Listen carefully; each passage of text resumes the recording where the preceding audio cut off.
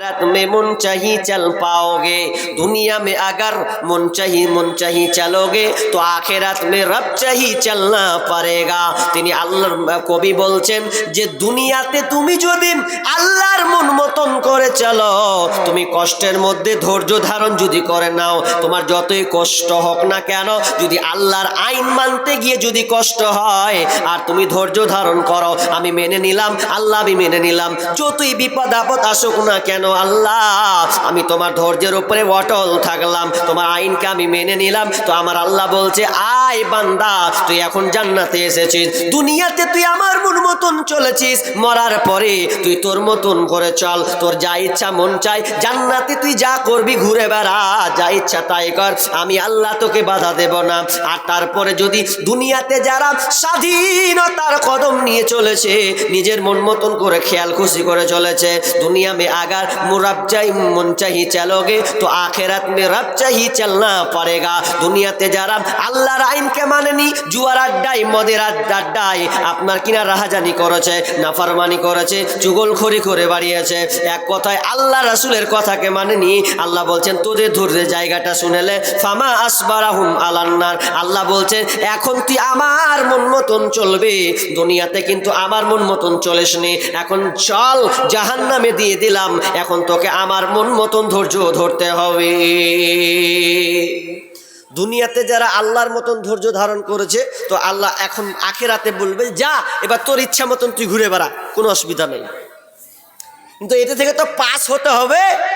আল্লাহ বলছেন পাস করবো, আগে তোরাকে দেখবো তোরা কেমন ধৈর্যশীল, খালি হু হু করছিস, তো তোদের উপরে একবার ফেলবো ধৈর্য, দেখি কি হয়। ধৈর্য কাকে বলা হয় আপনাকে বলছি, কি ধৈর্য প্রথম থেকে শুরু করছি। বিসমিল্লাহির রহমানির রহিম। ইয়া আইয়ুহাল্লাযীনা আমানু ইসতাঈনু বিস-সাবরি ওয়াস-সালাহ ইন্নাল্লাহা মা'আস-সাবিরিন। ইয়া আইয়ুহাল্লাযীনা আমানু, হে ঈমানদারেরা, হে ঈমানদারগণ, ইসতাঈনু তোরা আমার কাছে চা, তোরা আমার কাছে চা, বিস-সাবরি সবরের মাধ্যমে, ওয়াস-সালাহ এবং সালাতকে নিয়ে, সালাতের মধ্যে সবরের মাধ্যমে তোরা আমার কাছে চা, ইন্নাল্লাহা মা'আস-সাবিরিন, নিশ্চয় আল্লাহ ধৈর্যশীলদের মধ্যে রয়েছে। সবরটা আগে প্রথমে দেখাতে হবে, ট্রেনিং, এটা প্রাপ্ত ট্রেনিং, প্রথমে সবর দেখাতে হবে সলাতে, নামাজে, তারপরে তো আছে, তো নামাজের সবর দেখান আপনারা। হাজি কথা বলেন, সবর আছে আপনাদের? নামাজ কে কে নামাজ পড়েন না হাত তুলেন তো। বলছে মৌলানা মেন জায়গাতে কোপ মারিয়েন না, সব শেষ হয়ে যাবে। হাজি সালাত পড়তে হবে, আর সালাত যদি নামাজ যদি পড়িও বা ধৈর্যের সঙ্গে পড়ি, খালি রমজান মাস আসতে দেন, খালি রমজান মাস যদি আসে, রমজান তারাবি, এর আমরা বাঙালি লোক করে দিয়েছি, ভাটে আপনার কিনা শেরশাবাদিয়ার লোক করেছি তাড়াতাড়ি। তারাবিকে কি করেছি? তাড়াতাড়ি। কেনে একটা ইমাম যখন নামাজ পড়াই, ও যদি 8 ঘন্টা 40 মিনিট ধরে পড়াই নামাজ, একদিন খুব জোরে 5 মিনিট ওভার হয়ে গেছে, 5 মিনিট, তা বলছে কে মৌলবি রেখেছে ওকে বা? হ্যাঁ 5 মিনিট বেশি করে দিলে, সালা অমুক মৌলবি 30 মিনিটে ছেড়ে দিলে, তার মানে ও ধৈর্য নাই। তো বলছে আর একটা মৌলবি যে শর্টকাটে পড়াতে পারবো, ওকে ডাক। যে ভাঙ্গা চূড়া মৌলবি এলো, তো ও আবার ভাঙ্গা চূড়ার মতন পড়ছে, আল্লাহু আকবার, আলহামদুলিল্লাহি রাব্বিল আলামিন, মধ্যখানে সবই আছে, ওয়ালাদ-দাল্লিন আমিন, তাড়াতাড়ি শেষ করে দিল। বলছে এইরকম মৌলবি দরকার ছিল। তাহলে এইরকম মৌলবি হলে তো হবে না, আর আমরা চাইছি ওই রকম মৌলবি যে তাড়াতাড়ি তারাবি পড়াতে পারে, ওই মৌলবি। কিন্তু আপনি আল্লাহর কাছে চাইবেন, এটা তুমি থেকে জানেন না। আবু হুরায়রা রাদিয়াল্লাহু তাআলা আনহু বলেন, যখন কোনো বান্দা আল্লাহু আকবার বলে নামাজের সামনে, মসজিদের সামনে এসে নামাজে রত হয়ে যায়, যখন তাকবীরে তাহরিমা বলার পর যখন বান্দা শুরু করে আলহামদুলিল্লাহি রাব্বিল আলামিন, তখন আল্লাহর সঙ্গে সঙ্গে চুপচাপ নীরব থাকে না। যখনই কোনো মানুষ আব্দুর রহমান হোক, আব্দুল সাত্তার হোক, আব্দুর রাজ্জাক হোক, যেই হোক না কেন, যখন আমি বললাম আলহামদুলিল্লাহি রব্বিল আলামিন, আল্লাহর সঙ্গে সঙ্গে উত্তর দেয় আমার বান্দা আমার প্রশংসা জ্ঞাপন করেছে, আমার বান্দা আমার প্রশংসা জ্ঞাপন করেছে। তার মানে আল্লাহ আপনার কথার সঙ্গে সঙ্গে উত্তর দিলেন। যখন আপনি বলবেন আর রহমানির রহিম, যখন আপনি আল্লাহর গুণগান গাইলেন, তখন আমার আল্লাহ বলবেন আমার বান্দা আমার গুণগান বর্ণনা করেছে, গুণগান বরত্ব বর্ণনা করেছে। যখন আপনি বলবেন মালিক ইয়াউমিদ্দিন, তখন আমার আল্লাহ আসমান থেকে উত্তর দেয় আমার বান্দা আমার ক্ষমতা বর্ণনা করেছে, আমার শক্তি ব্যাপারে সে অবগত হয়েছে, সেটার বর্ণনা দিয়েছে। যখন আপনি বলবেন ইয়াকা না'বুদু ওয়া ইয়াকা নাস্তাইন, তখন আমার আল্লাহ বলে আমার বান্দা আমার কাছে চেয়ে বসেছে, কোনো পৃথিবীর দ্বারস্থ হয়নি, কারো কাছে চাইনি, একমাত্র আমার কাছে চেয়েছে। আর যখন এই কথা আপনি বলবেন, এবার আপনি কি বলবেন? তো আমার আল্লাহ বলছেন বান্দারে তুই কি চাইবি এটা জানিস না, এটা হচ্ছে দামি জায়গা, এই নামাজটা সালাতটা দামি জায়গা, এখানে তোকে কি চাইতে হবে ওটা বান্দা তুই জানিস না, আমি তোকে শিখিয়ে দিয়েছি। ওই সময় তুই বলবি ইহদিনাস সিরাতাল মুস্তাকিম, হে আল্লাহ তুমি আমাকে সিরাত মুস্তাকিম সঠিক পথ হিদায়াতের রাস্তা দাও, সঠিক পথের রাস্তায় পরিচালিত করো, যেই রাস্তায় নবীরা গিয়েছেন, সাহাবীরা গিয়েছেন, ভালো ব্যক্তিরা যে পথে গিয়েছেন, ওই পথে তুমি আমাকে পরিচালিত করো। তাহলে সূরা ফাতিহা তাড়াতাড়ি করা যাবে না, আস্তে ধীর স্থিরভাবে আপনি চাইবেন। কিন্তু আজকালকার ধৈর্য নেই, মুরগি খোটা মতো ঠুকছে আর পালাচ্ছে, ঠুকছে তাদেরকে মসজিদ থেকে বেরিয়ে যাচ্ছে। তাহলে ওই নামাজ পড়ে আপনার সবর থাকলো, তো এখানে তো আপনি ফেল হয়ে গেলেন, সবর যে ওখানে রাখতে আপনি ফেল হয়ে গেলেন।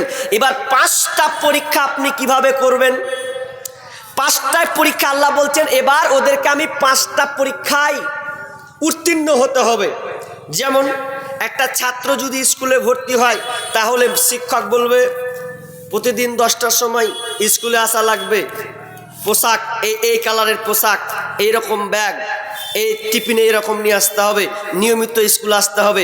তো এগুলো দিয়ে ছাত্রকে পরীক্ষা করা হয়, হয় কি হয় না? হয়। তো আমার আল্লাহ বলছেন তোরা কত ধৈর্যশীল, তো আমি তোদেরকে 5টা বিষয়ে তোদেরকে পরীক্ষা করব, এই 5টাই পরীক্ষায় তোদেরকে উত্তীর্ণ হতে হবে। কি কি 5টা পরীক্ষা জি ভাই? নাম্বার 1, তার আগে আল্লাহ সুবহানাহু ওয়া তাআলা বলছেন তোদেরকে পরীক্ষা করব, মিডিলে একটা কথা মাথায় রাখ, স্মরণে রেখে দে। কি সেই কথাটা? ওয়ালা তাকুলু লিমান ইয়ুকতালু ফি সাবিলিল্লাহি আমওয়াত বাল আহইয়াউ ওয়ালাকিন লা তাশউরুন।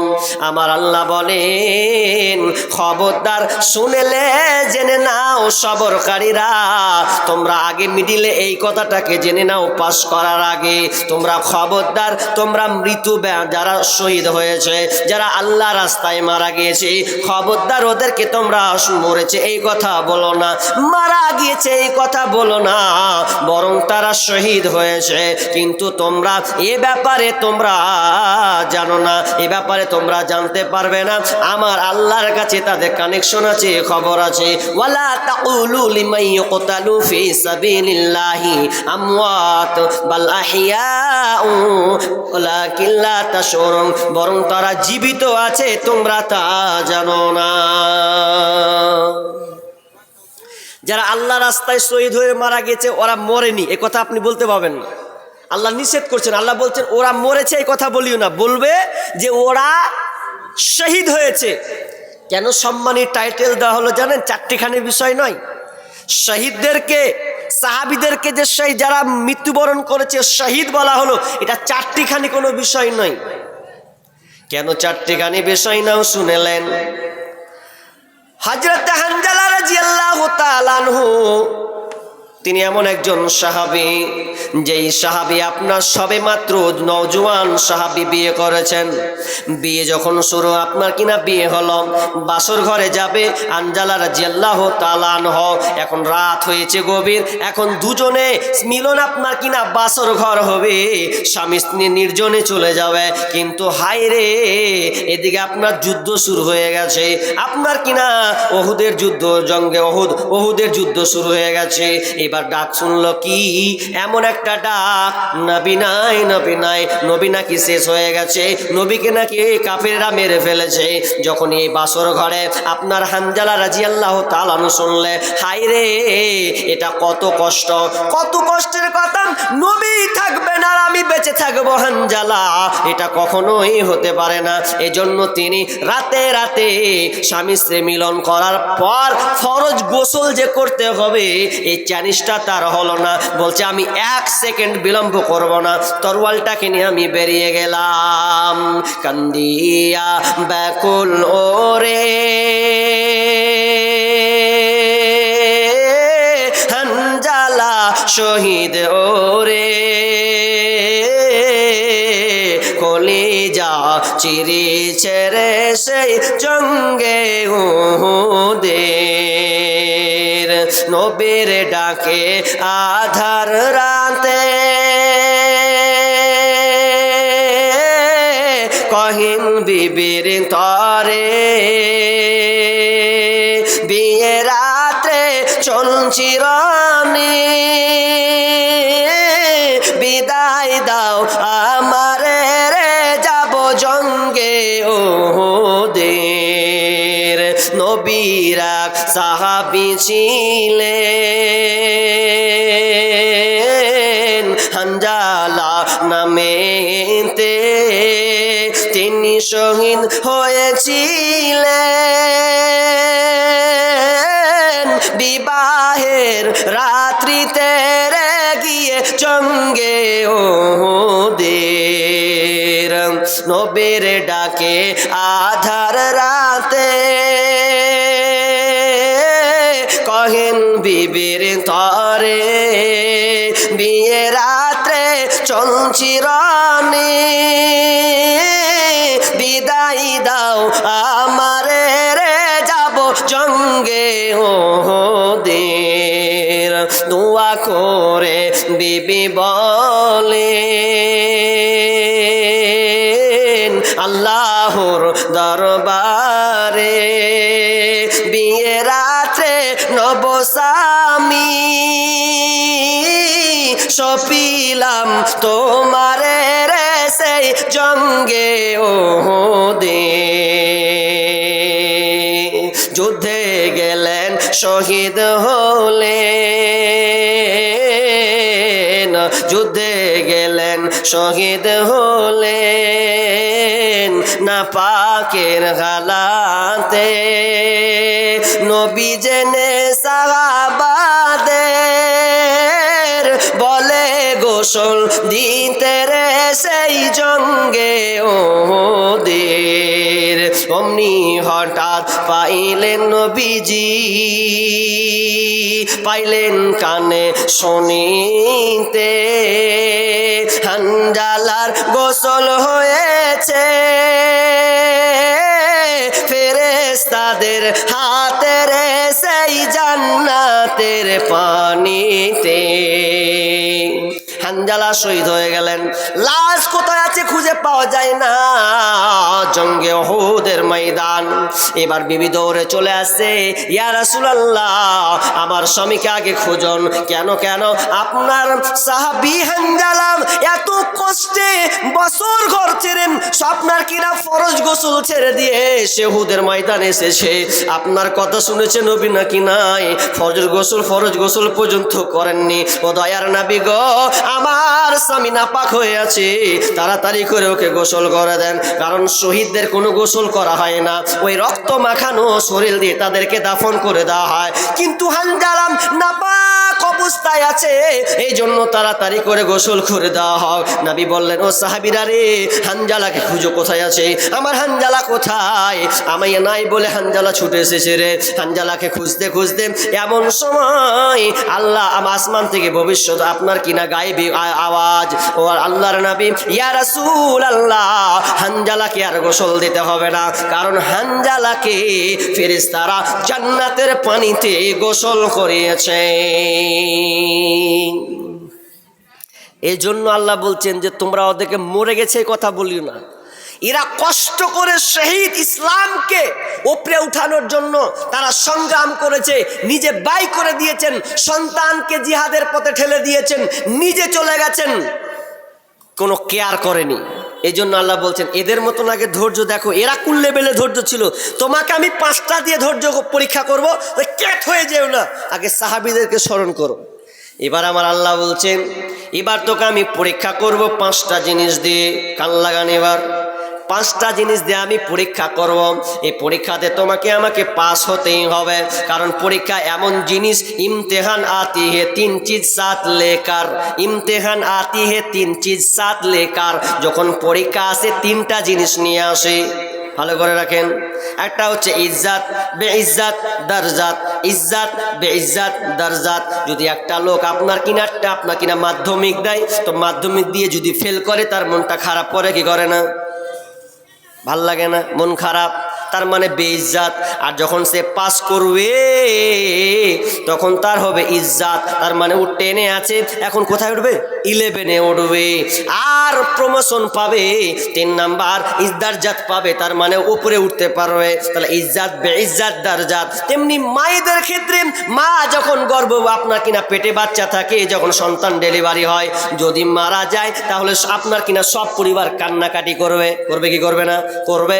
আর যদি সন্তান পাই ভালো, যে আমি নাতি পেলাম, পোতা পেলাম, আমি ছেলে পেলাম, মেয়ে পেলাম, তাহলে খুশিতে 8খানা হয়ে যাবে, আর আপনার প্রমোশন হলো, তার মানে আপনার কিনা কাঁদলো আর অপরে হাসলো, আর আপনার কিনা একটা প্লাস পয়েন্ট হয়েছে, সে একটা সন্তান পেল, তার মানে তার ভবিষ্যৎ উজ্জ্বল হলো। তেমনিভাবে আল্লাহ তাআলা 5টা বিষয় নিয়ে পরীক্ষা করবেন, আর এখানে প্রত্যেকেই পাস হওয়া লাগবে। 1 নাম্বার দেখি আপনাদের পরীক্ষা কেমন, চলেন। আল্লাহ বলছেন ওয়ালা নাবলুওয়ান্নাকুম বিশাইইম মিনাল খাউফ। আল্লাহ বলছেন প্রথমত আমি তাদের পরীক্ষা করব খৌফ, ভয় দিয়ে, মারাত্মক ভয় দিয়ে আল্লাহ পরীক্ষা করবেন, ভয় ভীতি দিয়ে আপনাকে আমাকে পরীক্ষা করবেন। আমার আল্লাহ বলছেন প্রথম বান্দারে তোদেরকে ভয় ঢুকিয়ে দিব। কেমন ভয়? তোদের জালেমের ভয় দিব। মুসলমান এত আত্মহারা হয়ে গেছে, যেই মুসলমান ফেরাউনকে দেখেছে, যেই মুসলমান নমরুদকে দেখেছে, যেই মুসলমান আবু জেহেলকে দেখেছে, যেই মুসলমান আপনার কিনা উতবা সাইবাকে দেখেছে, যেই মুসলমান বড় বড় জালেমকে হাজ্জাজ বিন ইউসুফকে দেখেছে, কিন্তু এখন বর্তমানে মুসলমান নরেন্দ্র মোদী দেখে বাকি হবে। সামান্য নরেন্দ্র মোদীকে দেখে আপনার ভাই, আল্লাহ বলছেন ভয় ঢুকিয়ে দিব। ভয় চারদিক দিয়ে ভয় তোকে ধরবে, ভয়। কিন্তু আমাদেরকে কি করতে হবে? শক্ত হতে হবে, তাই না? কিন্তু আমরা শক্ত হই। যখন এনআরসির কথা উঠলো তো মানুষ ভয় বিধ্বস্ত হয়ে গেল, ভর থাকতে পাবো না, বাংলাদেশ বাংলাদেশ, মন টন খারাপ। কি করতে হবে? তো বলছে তাড়াতাড়ি করে নাম গলা ঠিক কর, না তো সব 12টা বাজবে। এবার লাগলো নাম ঠিক করতে, নাম ঠিক করছে, আর এদিকে আজান হচ্ছে, হাইয়া আলাস সালাহ, হাইয়া আলাল ফালাহ। হাই সলা মানে নামাজে এসো, ফালা মানে ফালা নাও, কামিয়াবি হবে তো আসো, এ নিষ্কৃতি পাবে তো এসো। শান্তি যদি পেতে চাও তো আমি আজান এলান হয়েছে মুয়াজ্জিনের, আমি আল্লাহর, তার মানে মাধ্যম দিয়েছি মুয়াজ্জিন, আমি তোমাকে ডাকছি কল্যাণ নিবে তো এসো, ফালা নিবে তো এসো। কিন্তু আপনাকে দেখছি আজান হয়ে গেছে, হাজি নামাজটা পড়বে না চাচা, ধরবে এখনো লাইন আছে, নাম টাম ঠিক হয়নি, আর ভাত করতে এসছিস, লাইনটা ছেড়ে দেবে তো সব চলে যাবে, নামটা হবে না। তখন এমন লাইন রে বাপ, জোহরের আজান গেল, আসরের আজান গেল, মাগরিব হয়ে গেছে, দিয়ে চাচা মাগরিবের পর তখন ভাত খেয়েছে, নামটা ঠিক হলো কি হলো না, কি যে হলো কে জানি, ও টেনশনে পড়ে গেছে। অথচ আল্লাহ বলছেন চারদিক থেকে তোকে আমি খপ ভয় দিয়ে আমি আল্লাহ পরীক্ষা করব, জালেম শাসক দিয়ে করব, তোর মধ্যে এক কথায় ভয় ভীতি দেব, করোনা রোগ দিয়ে দেব। করোনা এলে মানুষ কত ভয় খেয়েছে। এই করোনার ব্যাপারে 2019 সালের ঘটনা আপনি 20 বছর বলবেন, 30 বছর বলবেন, আপনার সন্তান আপনার কিনা পোতাদেরকে বলবেন এমন একটা সময় ছিল এরোপ্লেন বন্ধ ছিল, এমন সময় ছিল ট্রেন বন্ধ ছিল, আপনার কিনা যানবাহন সব বন্ধ ছিল, ছুঁয়াছুঁয়ি বন্ধ ছিল। কি খাতারনাক জিনিস। আল্লাহ বলছেন আমি এগুলো পরীক্ষা করার জন্য। তবে বান্দারে তোরা ভয়টাকে মানে এমন করে নিয়ে নে, তোরা আরো জড়িয়ে যা, আরো তুই আমার কাছে আগলে চলে নাই। আল্লাহ বলছেন 1 নাম্বার পরীক্ষা ওয়াল খব দিয়ে আমি তোকে পরীক্ষা করব। নাম্বার 2 ওয়াল জু মানে অভাব, আমি আল্লাহ তোকে অভাব দিয়ে পরীক্ষা করব। অভাব কেমন অভাব? এই হঠাৎ করে ছেলে অসুস্থ হয়ে গেল, অভাব দিয়ে পরীক্ষা করব। অভাব। একটা লোক জানেন নামাজ পড়তো, এক খুব ভালো নামাজ পড়তো, তো নামাজ পড়তে পড়তে পড়তে পড়তে পড়তে আর ওই চাচাকে দেখতে পাওয়া যায় না। তো সব বলছে হ্যাঁ রে, ও চাচাটা যার নামাজ টোটালি পড়তে আসে না, অসুস্থ মস্তুস্থ হলো নাকি রে। তো একদিন চাচাকে দেখছি বাজারে ঘুরছে হো আল্লাহ করে, চায়ের দোকানে বসে একটা টিভি দেখছে। তো ওকে বলছে চাচা নামাজে 5 ওয়াক্ত ঠিকই পড়ছিলে, এখন পড়ো না, কি হলো তোমার? তখন কি উত্তর দিছে জানেন? বলছে কানাকে ডেকে কি হবে? উত্তর কি বলেন? কানাকে ডেকে কি হবে? কেন চাচা কানা কি হলো? বলছে কানাকে ডেকে কি হবে মানে আল্লাহ এখন কানা। যতদিন নামাজ পড়ছুনু ভালো ছিনু, নামাজ পড়ছুনু, তবু আল্লাহ আমার 12টা বাজিয়েছে। কি করেছে? তো বলছে আমার একটা বেটা একটা বেটি, বেটিটা খুব অসুস্থ ছিল, ডাক্তার দেখাতাম, আর বেটা আমার সুস্থ ছিল, বিদেশ যেত আর আমাকে টাকা পাঠাতো, ওই টাকার বিনিময়ে আমার মেয়ে চিকিৎসা করতাম, খেতাম। কিন্তু আল্লাহর কি কাম, বেটাকে বিদেশে লিয়েছে। ওই জন্য আমি বলছি কানাকে টাকা কি হবে? আর যদি বেটাকে না লিয়া বেটিটাকে লিত তো কত ভালো হতো। ওর কথা ওটা। কিন্তু আমার আল্লাহ বলছেন না, ও অভাব দিয়ে তোমাকে আমি পরীক্ষা করব, কাকে কখন নেব। তুমি মনে করছো আমার বেটা পালোয়ান ছিল, ইনকাম করে নিয়ে আসতো, হতে পারে ওই বেটা তোমাকে এক সময় পিটতো, কিংবা তোমাকে খেতে দিত না, তোমাকে কষ্টের মধ্যে রাখতো। এটা হতো কি হতো না? এটাও কিন্তু হতে পারে। অতএব খবরদার, অভাব হলে তুমি চিন্তা করবে না। ইব্রাহিম বিন আদহাম রাস্তা দিয়ে যাচ্ছেন, একটা লোক চুপচাপ করে বসে আছেন, মনটা খুব খারাপ, ভারাক্রান্ত মন নিয়ে আছেন। ইব্রাহিম বিন আদহাম বলছেন ভাই মনটা খারাপ করে আছো দেখতে পাচ্ছি, তবে তোমাকে 3টা প্রশ্ন করব, এই 3টা প্রশ্নের তুমি কি উত্তর জবাব দেবে কিনা? লোকটা বলছে বলেন কি প্রশ্ন করবেন, আমি ঠিক উত্তর দিব। বলছে প্রথম প্রশ্ন, তুমি যে চিন্তিত অবস্থায় আছো, 1 নাম্বার প্রশ্ন বলো তো পৃথিবীতে যা কিছু ঘটছে এগুলো আল্লাহর বাইরে, অর্থাৎ আল্লাহর ইচ্ছা নাই, এটা কি হচ্ছে? তো লোকটা বলছে না না, আল্লাহর বাইরে, আল্লাহর ইচ্ছার বাইরে হয় না। তো ভালো উত্তর দিয়েছো। আর একটা প্রশ্ন করব। কি প্রশ্ন? তো প্রশ্নটা হচ্ছে বলো তো আল্লাহ তোমাকে যতটুকু রুজি লিখে দিয়েছেন, যতটুকু তোমার আয়ু খাবার বেঁধে দিয়েছেন, এগুলো খাবার কোনো মানুষকে এদিক ওদিক করতে পারবে, 19-20 করে দিতে পারবে কি? তো বলছেন না, আল্লাহ যতটুকু খাবার রেখেছেন অতটুকু আমার চলবে, ওটাও হবে না। 3 নাম্বার প্রশ্ন বলো তো আল্লাহ তোমাকে যতটুকু আয়ু দিয়েছে, বয়স সীমা দিয়েছে, এই আয়ুটাকে কেউ কমিয়ে নিতে পারবে কি? তো বলছেন না। তাহলে কেন তুমি গাছের তলায় বসে চিন্তা করছো? খবরদার, চিন্তা করতে হবে না। যদি তোমার এই 3টা বিষয়ে যদি তোমার বিশ্বাস থাকে, তাহলে কেন তুমি চিন্তা করবে? চিন্তাটাকে তুমি দূর করে দাও। তার মানে আমার আল্লাহ বলছেন আমি তোকে অভাব দিয়ে পরীক্ষা করব রে। তুই সুদের কাছে যাবি না, লোন নিবি না, সুদ খাবি না। খবরদার, যতই বড় তোর মুসিবত আসুক না কেন, আমি আল্লাহ বলছেন আমি তোকে অভাব দিব, অনটন দেব, এর মধ্যে তোকে এর মাধ্যমে তোকে এই পরীক্ষাতে পাস হতে হবে। অভাব, তাহলে একটা ভয় দিবে আল্লাহ, একটা আপনার কি একটা ভয়, আর একটা হচ্ছে অভাব, তারপরে কি ওয়া নাকসিম মিনাল আমওয়াল, ওয়া নাকসিম মিনাল আমওয়াল। 3 নাম্বার বলছে, আল্লাহ বলছে আমি তোমার মাল নিয়ে পরীক্ষা করব, তোমার মাল, টাকা, ধন সম্পদ এগুলো নিয়ে আমি আল্লাহ পরীক্ষা করব। কেননা আল্লাহ বলেছেন ওয়ালামু আন্নামা আমওয়ালুকুম ওয়া আওলাদুকুম ফিতনা। আল্লাহ বলছেন তোমার ধন সম্পদ, টাকা পয়সা, সন্তান সন্ততি এগুলো পরীক্ষার বস্তু, পরীক্ষার জন্য এগুলো আমি আল্লাহ তোমাকে দিয়েছি। আল্লাহ বলছে ওয়াল আমওয়াল, তোমার মাল দিয়ে আমি পরীক্ষা করব। আজকে তোমার এতটি টাকা ছিল, ব্যবসায় নেবেছো তুমি, তোমার ব্যবসা আমি 1 লাখ লস লাগিয়ে দিলাম, এই জন্য তুমি হতাশ হবে না। তুমি তো প্রথম শূন্য হয়ে দাঁড়িয়েছিলে, তোমার সময়সীমা তুমি মাপো। এমন একটা সময় ছিলে তোমার কাছে কোটি কোটি টাকা ছিল না, আজকে তোমার কোটি কোটি টাকা হয়েছে, ওটা আমি আল্লাহ দিয়েছি, আবার তোমাকে পরীক্ষা করব। ধন করলেন একটা বাচ্চা, যখন আপনার বাচ্চাকে যখন আপনি দোকান নিয়ে যান, দোকান নিয়ে যাওয়ার পর বলেন বেটা ভাতিজা বিস্কুটটা দিলাম লাও, ছেলেটা দেখবেন হাসবে। বিস্কুট দিয়েছে আমার চাচা, বিস্কুট দিল আমার দাদু, বিস্কুটটা আপনি নিয়ে আপনি বাচ্চারা যখন খেতে শুরু করেছেন, আবার আপনি কেড়ে নিলেন, বাচ্চাটা কান্না শুরু করে দেয়, করে কি করে না? বাচ্চা কানলো, কিন্তু আপনি কাটছেন কিসের জন্য? খেতে দিবেন না তাই না, ওকে পরীক্ষা করছেন, দেখি একবার ট্রাই করে কেড়ে দেখি। তো ঠিক এমনি ভাবে আমার আল্লাহ বলছেন বান্দারে আমি তোকে যেমন দিলাম ওই রকমই আবার একটু কাড়ার চেষ্টা করছি, তোর মনটা বুঝতে চাইছি যে তুই কোন ধরনের ধৈর্যশীল আছিস, তুই কেমন ধৈর্যশীল ব্যক্তি। আল্লাহ বলছেন তোকে আমি পরীক্ষা করার জন্য 3 নাম্বার তোর মালকে আমি আউট করে দেব। মাল। 4 নম্বর কি? ওয়া নাকসিম মিনাল আমওয়াল ওয়াল আনফুস। 4 নাম্বার তোমার জান নিয়ে পরীক্ষা করো। তোর চোখের সামনে বাপ যাবে, মা যাবে, ভাই যাবে, তোর চোখের সামনে সন্তান যাবে, আদরের কন্যা যাবে, তোর চোখের সামনে বিবিটা চলে যাবে। আল্লাহ বলছে তোর জানটা, তোর মা, তোকে আমি জান দিয়ে পরীক্ষা করব, এটা তোকে ধৈর্য ধারণ করা লাগবে।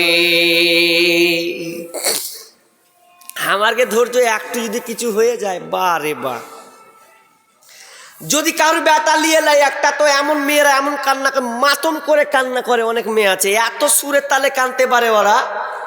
তা আমি মাঝে মধ্যে হাসবোকে কি করবো, দিশা পাই না, মুখখানটাকে ধরে একটু লাশখান দেখে চলে আসি। এত অভিনয় করে কানে, মাতম করে কাঁদে। অনেক মা আছে মাতম করে কাঁদা, মানে ছিঁড়াছিড়ি। এ ব্যাটা আমার এই ছিল, থাবড়ি থাবড়ি করে কাঁদে না, অনেকে কাঁদে। এটা হচ্ছে কাফেরের বৈশিষ্ট্য, কাফেররা এটা করে, মুসলমান এভাবে কাঁদতে পারে না। যারা মাতম করে কাঁদবে আর যদি মারা যায়, তাহলে রাসূল সাল্লাল্লাহু আলাইহি ওয়াসাল্লাম বলছেন কিয়ামতের দিন ওদেরকে আল কাতরা নামক পোশাক দিয়ে, পেঁচানো পোশাক দিয়ে ওদেরকে কিয়ামতের মাঠেও তুলবে। যারা অভিনয় করে কাঁদবে, এই বেটা এ ছিল, এ হলো পালওয়ান ছিল, অমুকে বেটা খেতে দিয়েছিলি, মানে অনেক রকম করে কান্না করে। বেটা তুই ছেড়ছিলি, হ্যান ছিলি, এই মাতম করে কাঁদবে। যারাই কাঁদবে, আর মেয়েরা কাঁদেই বা বেশিরভাগ, মা বোন ওইভাবে যদি কাঁদেন, তাহলে আপনার হালাত, মরে যদি যান তাহলে আপনাকে বিচারের মাঠে ওই আলকাতরা পরানো হবে, ওইভাবে কাঁদা যাবে না। উরওয়া বিন জুবায়ের তিনি একজন তাবেঈ ছিলেন, কেউ বলছেন সাহাবী, আমি যেটা পেয়েছি তাবেঈ। উরওয়া বিন জুবায়ের তার একটা সুন্দর একটা সন্তান ছিল। ভালো করে কান লাগাবেন, তার কষ্টটা দেখেন, আল্লাহ তাকে কিভাবে পরীক্ষা করেছেন। উরওয়া বিন জুবায়ের আপনার কিনা সন্তানকে নিয়ে রাজার সঙ্গে দেখা করতে যাবে, রাজার ডাক পড়েছে, রাজার সঙ্গে দেখা করব। সন্তানকে ঘোড়ার পিঠে নিল, ঘোড়া টং টং টং টং করে চলে যাচ্ছে রাজার কাছে। এবার রাজার কাছে যাওয়ার পর কি হালাত দেখে নাও, উরওয়া বিন জুবায়ের সন্তানটাকে নিয়ে গেছেন। এমনকি আল্লাহর কত বড় পরীক্ষা, আল্লাহ তার সন্তান টুকরাটাকে নিবেন বলে ঘোড়ার পায়ে পিষ্ট হয়ে সন্তানটা মারা গেল। সঙ্গে সঙ্গে ইন্না লিল্লাহি ওয়া ইন্না ইলাইহি রাজিউন পড়ল। সন্তান আপনার কিনা মারা গেল চোখের সামনে, তিনি কত কষ্ট, আদরের সন্তান, কলিজার টুকরা আমার সামনে মারা গিয়েছে। এবার সন্তানটাকে আপনার কিনা দাফন করবে, এই জন্য তিনি কবরস্থান চলে গেলেন, দাফন করলেন বন্ধুরে। কিন্তু কষ্ট দেখেন, সন্তান দাফন করলে রাত গভীর হয়েছে। এবার যখন তিনি রিটার্ন আসছেন পুরাতন কবরে, উরওয়া বিন জুবায়ের পা যেমন ঢুকে যায়, সঙ্গে সঙ্গে যেমন পা ঢুকে গেছে, পাটাম করে উরওয়া বিন জুবায়ের একটা পা ভেঙে গেল। এক সন্তান মরল, দ্বিতীয় হলো পাটা ভেঙে গেল। যেমনই পা ভেঙে যাওয়া, আর পা পাবে না। ডাক্তার কাছে গিয়ে বলছেন ডাক্তার মশাই আমার কি কোনো উপায় আছে? যাচ্ছে, ডাক্তার বলছে আর কোনো উপায় নাই, আপনার পা সম্পূর্ণ ভেঙে গেছে, আর কোনো বাঁচার কায়দা নাই। কি করতে হবে ডাক্তার? বলছে এই পাটাকে আপনাকে করাত দিয়ে কাটতে হবে, কেটে ফেলতে হবে। যদি না কাটেন তো সমস্ত শরীর আপনার পচন ধরে নেবে। আগেকার ডাক্তারেরা এরকম চিকিৎসা ছিল না। ছিল কি? ছিল না। এখন বর্তমান চিকিৎসা খুবই সহজ। আপনি শুয়ে আছেন, কিছু টের পাবেন না, আপনার অপারেশন হয়ে যাবে, কাটা ছিঁড়া হয়ে যাবে, মগজটাকে উল্টে বের করে আবার লাগিয়ে দেবে, আপনি কিছু টের পাবেন না। তো আগেকার চিকিৎসা, সাহাবীদের তাবের যুগের সময় কত কষ্ট, মানুষের যদি হাত কাটতো ওই ঘাস পাতা দিয়ে আর অন্য কিছু দিয়ে সেবন করে কন্ট্রোল করতে হতো, এতটা কষ্ট। তো সেই সময় সার্জারি হবে, অপারেশন হবে কেমন জানেন? করাত দিয়ে কাটবে আগে, আর পাটা কেরম করে, তো করাত দিয়ে কাটবে। তো আচ্ছা, জিন্দা মানুষের যদি করাত দিয়ে কাটে থাকতে পারবে জি? তো সেই সময় চিকিৎসা কি জানেন? যে একটু করে মদ খাইয়ে দাও আর ব্রেনটা বেতাল হয়ে যাবে, তারপর কেটে দাও, খুব কম লাগবে, টের পাবে না। আর মাতাল যারা, ওরা ঠিকই টের পায় না, কত যে জায়গা কাটে তাও যে সব কত জায়গা যে ওর কেটেছে তবুও বুঝতে পারে না। একজনকে দেখলাম রাস্তা দিয়ে যেতে যেতে যেতে যেতে একটা পাকাতে এমন করে ও মেরেছে, ও দিয়ে যে নিজে মনে মাথায় মেরে ভাট্টাম করে লেজা পড়ে, আবার উচ্চাঙ্গা হতে হট আছে, মানে ও যে ব্যথা হচ্ছে ও বুঝতেই পারে না। মাতাল যা হলে যা হয়। তো উরওয়া বিন জুবাইরকে বলছে যে আপনি মদ খাবেন, খান, একটু খান, আপনার কাটবো, পাটা কাটবো করাত দিয়ে। উরওয়া বিন জুবাইর উত্তর নেবেন কি উত্তর? উরওয়া বিন জুবাইর বলছে, খবরদার, আপনি খবরদার এই নেশার ব্যাপারে বলবেন না, কারণ আমি এই মুখ দিয়ে আমি কোরআন তেলাওয়াত করি, এই কোরআন দিয়ে আমি নামাজ আল্লাহকে ডাকি, তাসবিহ তাহলিল করি, আমি এই মুখ দিয়ে কোনোদিন নাপাক জিনিস দেব না, কোনোদিন এটা আমি ভরতে পারি না, কারণ আমি ওই সময় আল্লাহু আকবার বলে আমি আল্লাহকে ডাকি, আমি সূরা ফাতিহা বলি, আমি তাসবিহ তাহলিল করে, তা ওই মুখ দিয়ে আমি কোনোদিন মদটা ভরতে পারবো না। বলছে যদি না ভরেন তাহলে আপনার তো কষ্ট হবে, মারা যাবেন। বলছে যা হবে হজ্ঞা, আপনি আমার পা কাটেন, আমি দেখছি কিভাবে আপনি কাটছেন। উরওয়া বিন জুবাইর পাটাকে আগিয়ে দিলেন, ডাক্তার ধরলো করাত। যখনই করাতকে ধরছেন তিনি বারবার বলছেন ইন্না লিল্লাহি ওয়া ইন্না ইলাইহি রাজিউন, আল্লাহকে বারবার ডাকছে। পাটা যখন করাত দিয়ে কাটছে, কাটতে কাটছে আল্লাহ করে চিৎকার করছেন, এতটা কষ্ট। যখনই কেটেছেন রক্ত ছাচ্ছার ছাচ্ছার করে চারদিকে চলছে। হায় আল্লাহ, হায় আল্লাহ, আল্লাহ তুমি আমাকে উদ্ধার করো, আমি বড় বিপদে, আল্লাহ খুব কষ্টে আছি, আল্লাহ তুমি আমাকে উদ্ধার করো। পা কেটে দেওয়া হলো। শুধু তাই নয়, পা তো কেটে দিয়েছে, শুধু তাই না, চিকিৎসা এখনো বন্ধ হয়নি। এরপরে তো কাটা হয়েছে, এরপরে কি করতে হবে? আপনার কিনা তেল আনা হবে, জ্বলন্ত আগুন, টকবক টকবক করে আগুনকে, তেলকে আপনার ফুটানো হবে। ফুটানো এই জন্য হবে যে পাটা কাটানো হয়েছে, ও পাটাকে আপনার কিনা ফুটন্ত গরম তেলে তাকে ভরানো হবে, যাতে রগগুলো মচড়ে যায়, রক্ত যেন আর বের না হয়। এই জন্য আগেকার ডাক্তারেরা ওই পাটাকে নিয়ে আপনার কিনা ফুটন্ত গরম তেলে তাকে ডুবানো হলো। যখন উরওয়া বিন জুবাইরকে যখন পাটা ডুবানো হচ্ছে বন্ধুরে, ওই সময়তে একটা শব্দ ইন্না লিল্লাহ পড়ে পুরো অজ্ঞান হয়ে গেছে, আর তার হুঁশ নাই। তার আপনার কি নাম, একটা পত্রিকা পড়ছিলাম, ওই পত্রিকাতে বাংলাদেশে, সেই পত্রিকাটা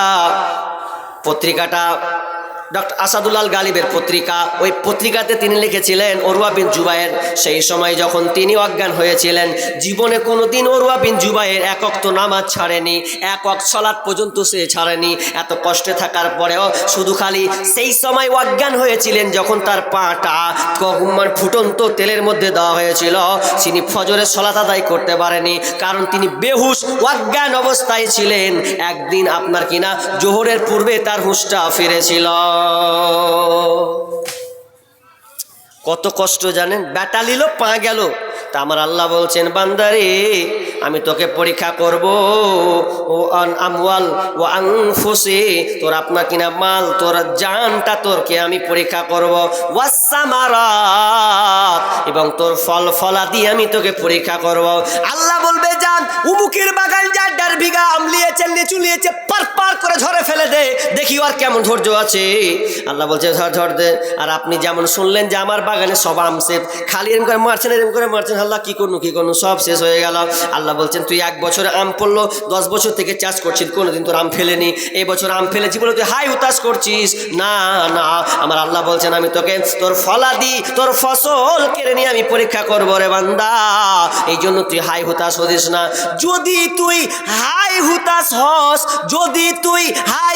হস, যদি থামতে না পারিস, আল্লাহ থামতে পারি না, আল্লাহ আমাকে বুদ্ধি দাও। আল্লাহ বলছেন যদি থামতে না পারিস তো একটা তোকে দোয়া শিখিয়ে দিছি, ওই দোয়াটা নিয়ে এলে, যদি ধৈর্য না রাখতে পারবি, ধৈর্যের ওর উপরে যদি রাখতে চাস, আল্লাহ বলছেন এই দোয়াটা বল, ইন্না লিল্লাহি ওয়া ইন্না ইলাইহি রাজিউন।